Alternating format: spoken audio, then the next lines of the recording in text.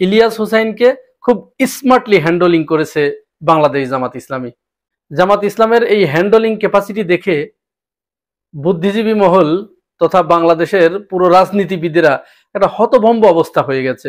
বিষয়টা চলেন একটু আমরা খোলাসা করে বলি। গতকাল রাতে ইলিয়াস হুসাইন তার ইউটিউব চ্যানেলে বাংলাদেশ জামাত ইসলামী সম্পর্কে একটি ভিডিও আপলোড করেছে। ভিডিওটার আলোচ্য বিষয় কি ছিল সেটাও আপনারা জানেন, তারপরেও আমি একটু বলি।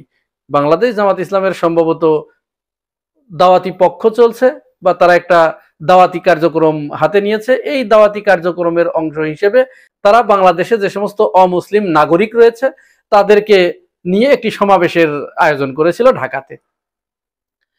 এই সমাবেশ স্থলে তারা দাওয়াত করেছিল দৈনিক কালবেলার সম্পাদক সন্তোষ শর্মাকে।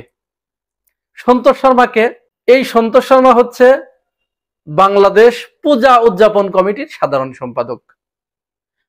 তার পরিচয় এখানেই শেষ নয়, তার আরেকটি বড় পরিচয় এদেশের মানুষের মনের ভিতরে গেঁথে আছে। বাংলাদেশে ভারতের গোয়েন্দা সংস্থা রয়ের যে শাখাটি কর্মরত আছে, সন্তোষ শর্মা হচ্ছে তাদের ভিতরে অন্যতম একজন। এবং তার ব্যাপারে এই যে অভিযোগ, এই অভিযোগের সত্যতা কিন্তু ইতিমধ্যে বাংলাদেশের মানুষ পেয়েছে। মুফতি হারুন ইবনে ইজহার তিনি যখন কারাগারে গিয়েছিলেন তখন তিনি বারবার দাবি করেছেন যে ডিবি কার্যালয়ে তাকে এই সন্তোষ শর্মা জিজ্ঞাসাবাদ করেছে বারবার, এবং জিজ্ঞাসাবাদের সময় তার ধর্ম মুসলমানিত্ব নিয়ে তিনি কুৎসিত ভাষায় গালিগালাজ করেছে।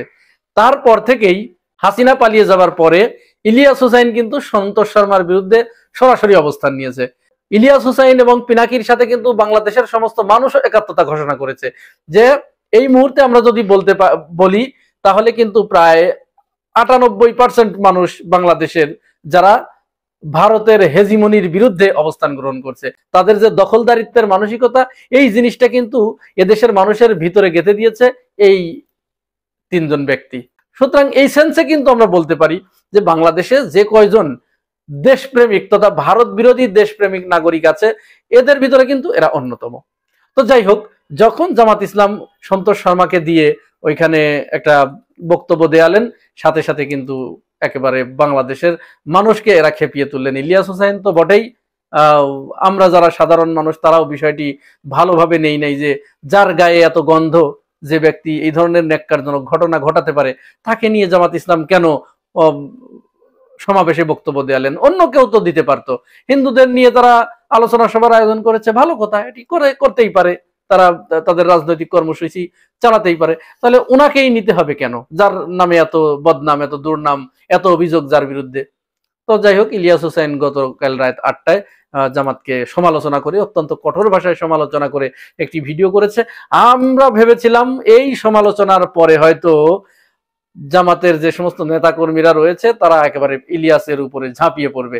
ইতিপূর্বে আমরা যেটা দেখেছি, বিএনপির মির্জা ফখরুল ইসলাম এবং মির্জা আব্বাসকে যখন পিনাকি ভট্টাচার্য একেবারে জয় বাংলা করে দিলেন, তখনও কিন্তু বিএনপির নেতা কর্মীরা এদের উপরে ঝাঁপিয়ে পড়েছিল।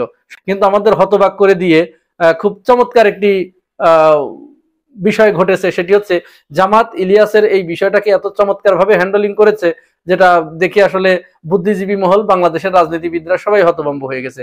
কিভাবে হ্যান্ডলিং করলেন?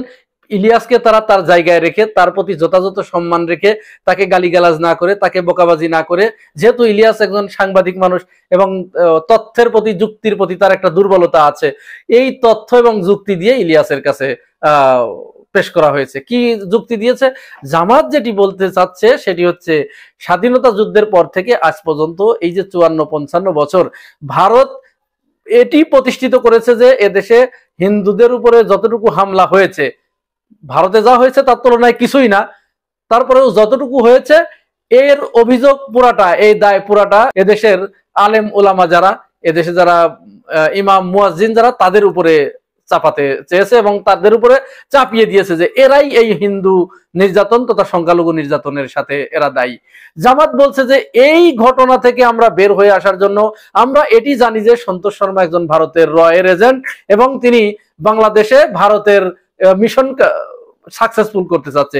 এটা জেনেই আমরা সন্তোষ শর্মাকে ডেকে এনেছি, তাকে দিয়ে আমরা এটি বলাতে সক্ষম হয়েছি যে সন্তোষ শর্মা কিন্তু তার বক্তব্যে বলেছে যে এ দেশে স্বাধীনতার পরে যত হিন্দু নির্যাতিত হয়েছে, সংখ্যালঘু নির্যাতন হয়েছে, এর কোনটির সাথে ধর্মপ্রাণ মুসলমান তথা বাংলাদেশ জামাত ইসলাম, আলেম উলামা এরা কেউ জড়িত নয়। তাহলে জামাত বলতে চাচ্ছে যে এটি আমরা সন্তোষ শর্মাকে দিয়ে বলাতে পেরেছি।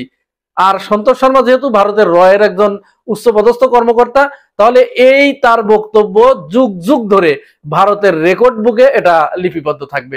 ভারতের যে ন্যারেটিভ, সেই ন্যারেটিভ তাদের নিজেদের লোকদেরকে দিয়েই আমরা ভেঙে দিয়েছি। এটি জামাত এই যুক্তি উপস্থাপন করেছে। গালিগালাজের চেয়ে এটা যে কত কাজে দিয়েছে তার প্রমাণ আপনারা ইতিমধ্যেই পেয়েছেন, যে এই বিষয়টা নিয়ে যতটা বাজার গরম হয়েছিল এবং আরো হবার সম্ভাবনা ছিল, এই ঘটনাটাকে, এই ইস্যুটাকে সামনে এনে জামাত ইসলাম কিন্তু, আমাদের কাছে মনে হচ্ছে বাংলাদেশ জামায়াত ইসলাম এটি একেবারে এখানেই হয়তো এই ঘটনার সমাপ্তি ঘটবে এবং বাংলাদেশের মানুষ মনে হচ্ছে এই ঘটনাকে কেন্দ্র করে তাদের প্রতি একটু বিরাগভাজন হলেও মনে হচ্ছে যেন একটু বরফ গলতে শুরু করেছে। কারণ যুক্তিটা কিন্তু ফেলে দেওয়া যুক্তি না, এটা কিন্তু গ্রহণযোগ্য একটা যুক্তি, কারণ এটা তো সত্য।